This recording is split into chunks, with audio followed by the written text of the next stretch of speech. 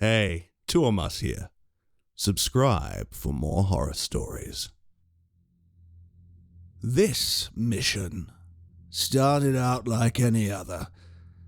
At the time, I was staying at home, closer to the beach than the mountains where most of my jobs took place. I loved my house, but I couldn't wait to get back to work. There was nothing in the world that compared to the rush, the adrenaline of being out there, risking my life, fighting in the name of the entire planet, being a hero.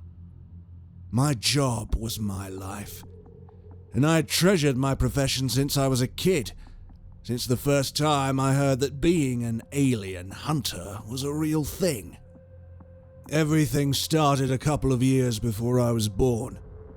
An alien invasion, just like humanity had dreamed of and feared for so many years.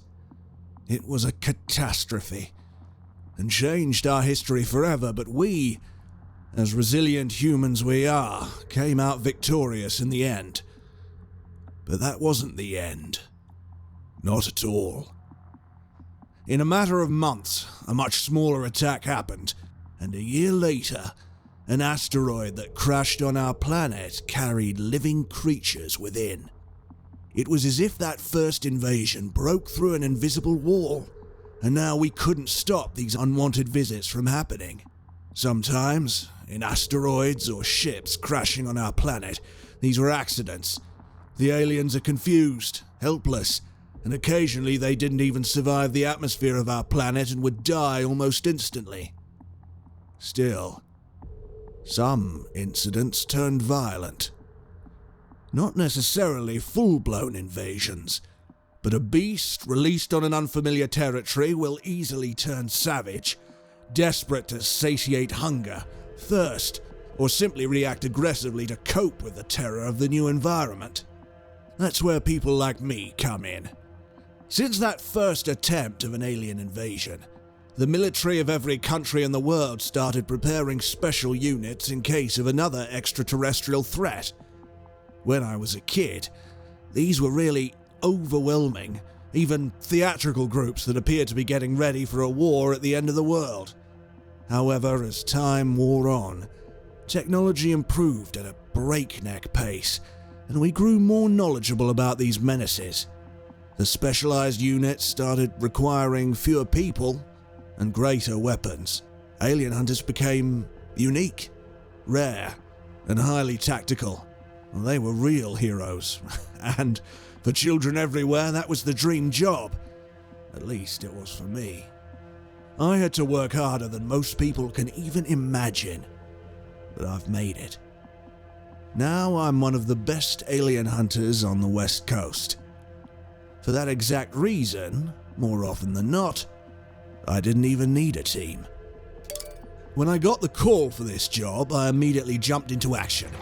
I prepared an all-terrain military vehicle, filled it to the brim with all the weapons I could possibly need, and, on the way to the coordinates on the mountains, I listened to the friendly voice of the AI assistant on my watch that replayed the details of my mission for me.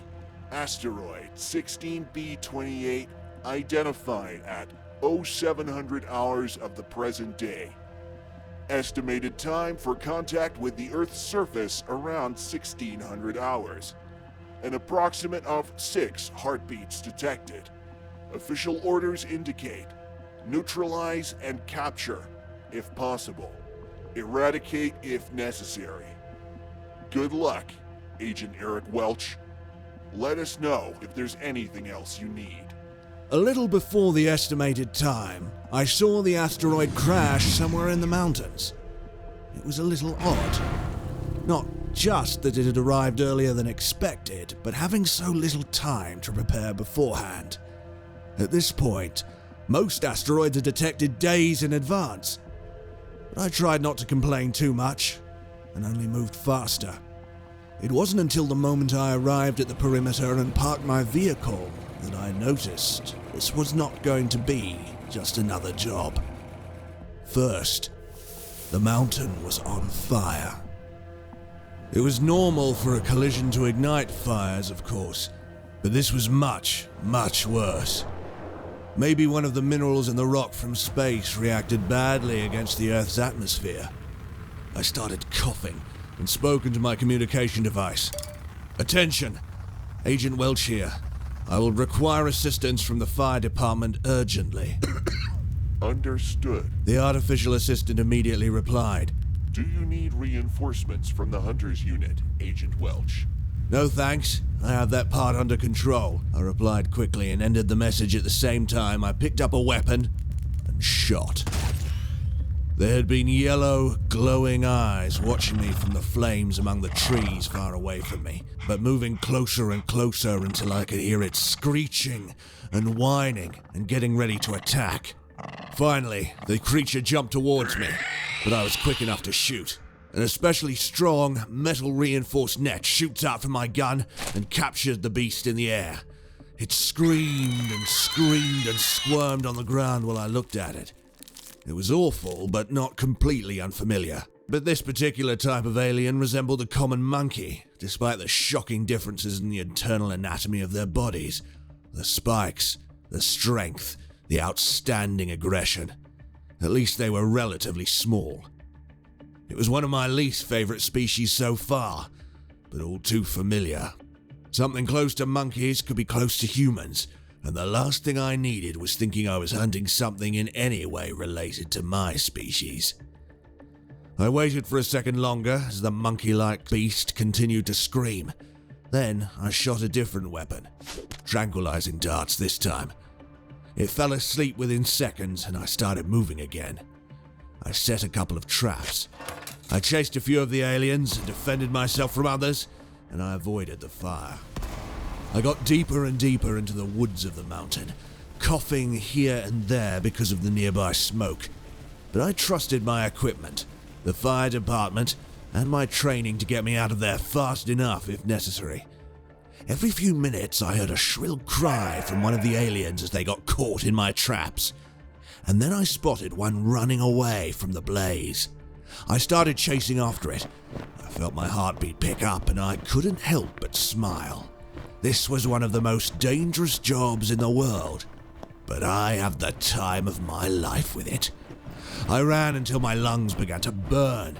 I aimed the gun and fired a net that expanded and easily caught the target.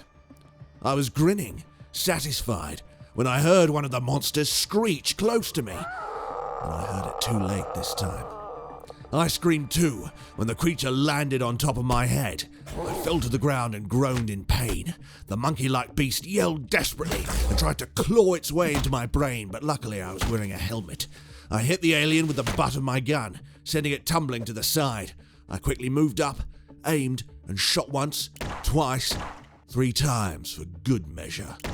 The little monster screamed just once. Blood blossomed all around it, and it fell limp and lifelessly to the ground. I was left panting, observing the rapidly decomposing body. It melted quickly as if it was boiling, and the smell was awful enough to make me retreat. When I was able to catch my breath, I took off my helmet and noted the scratches on its surface, tearing off the paint. A promise to tear out my brain if I wasn't more careful the next time. My heartbeat didn't have time to return to normal before I was startled again, but this time it was different. It was worse. I heard a feral scream coming from higher up the mountain, and I cursed my luck. That sound was much deeper than the higher-pitched yells of the little guys I'd been dealing with. I remembered the description of my mission. Approximately 6 heartbeats. That didn't necessarily tell me anything about the size of the threat. I had no option but to take a deep breath, regain my composure, and get back to work. I double-checked all the weapons I had on me and started moving uphill. Naturally, I began to worry. My confidence didn't waver, not after so many years of fighting against the most unexpected, dangerous and aggressive aliens this world has ever seen. I doubted there could be any worse than any monster I'd already faced. Creatures that defied our laws of physics and all reason. Aliens as small as mosquitoes, or as big as grizzly bears. I fought against claws, horns, fangs, tentacles, and venom. I wasn't scared of anything. On my way to the top of the mountain, I came across another one of the small aliens and I easily caught it, but then immediately heard one more screeching nearby. I stood still for a moment, waiting for the attack, my heart thumping inside my chest. But nothing came. I decided to move forward, more cautiously this time. I had to stay hyper-vigilant. What I found took my breath away. The alien wasn't about to attack me. It was wounded. It was lying on the damp forest earth, in a small puddle of its own greasy orange blood, already starting to boil, melting away the wounded body, but not quick enough to kill the agonized beast. It gave me enough time to investigate, which only made matters worse.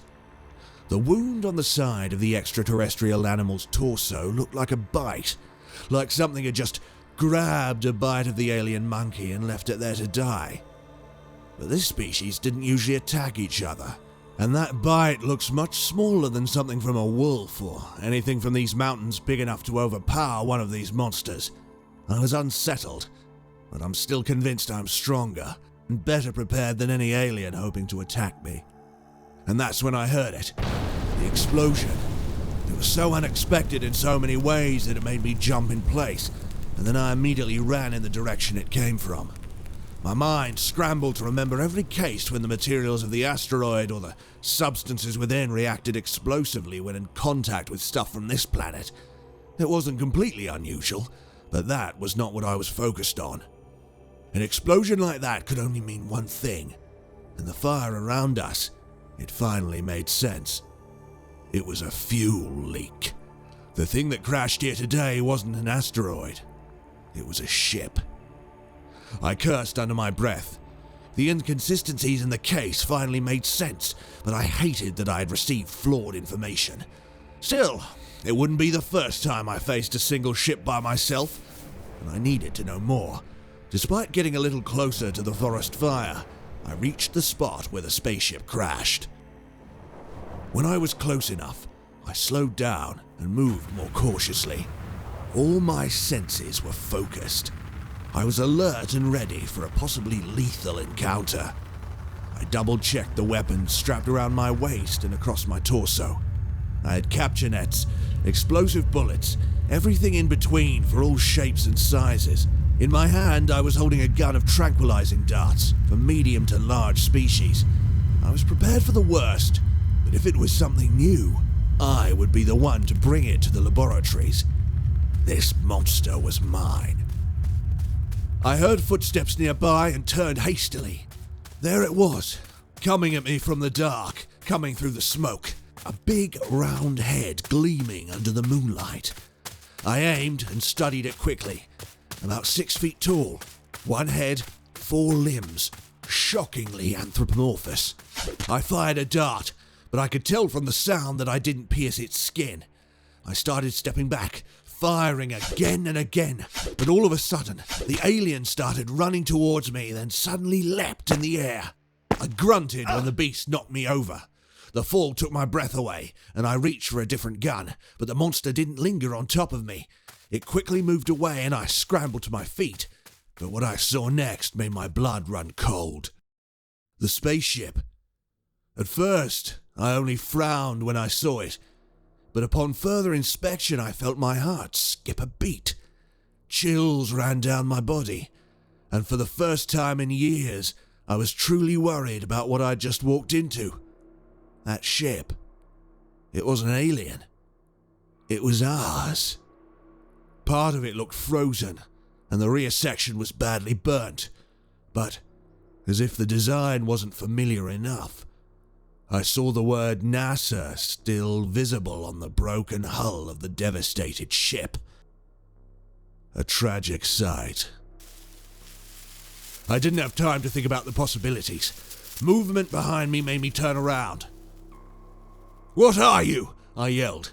I groaned at my own nerves showing, but I couldn't let that affect my performance. Another shuffling sound, this time from the other side of the ship. "Show yourself! Now!" I ordered as loudly as possible so it wouldn't be so obvious my voice was trembling. I took a deep breath and focused. I let go of the gun I'd reached for and gripped the tranquilizing darts tighter.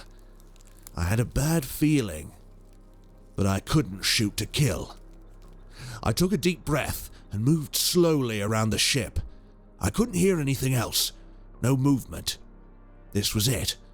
I could shoot. I could shoot and end this right now, but you know the old saying, curiosity killed the cat. Instead of shooting, I switched on the flashlight attachment of the gun. Both of us screamed at the same time. But the actions were very different. I was terrified, and whatever was in front of me was startled like any other beast caught in headlights. This wasn't a person, not anymore. But it certainly wasn't alien. The suit was dirty and torn. The glass of the helmet was cracked, leaving exposed the face of someone that used to be an astronaut. But now he was a feral, infected thing with orange stains around its mouth. Alien blood. Before letting myself try to imagine the circumstances that led to this astronaut's tragic fate, I shot to kill.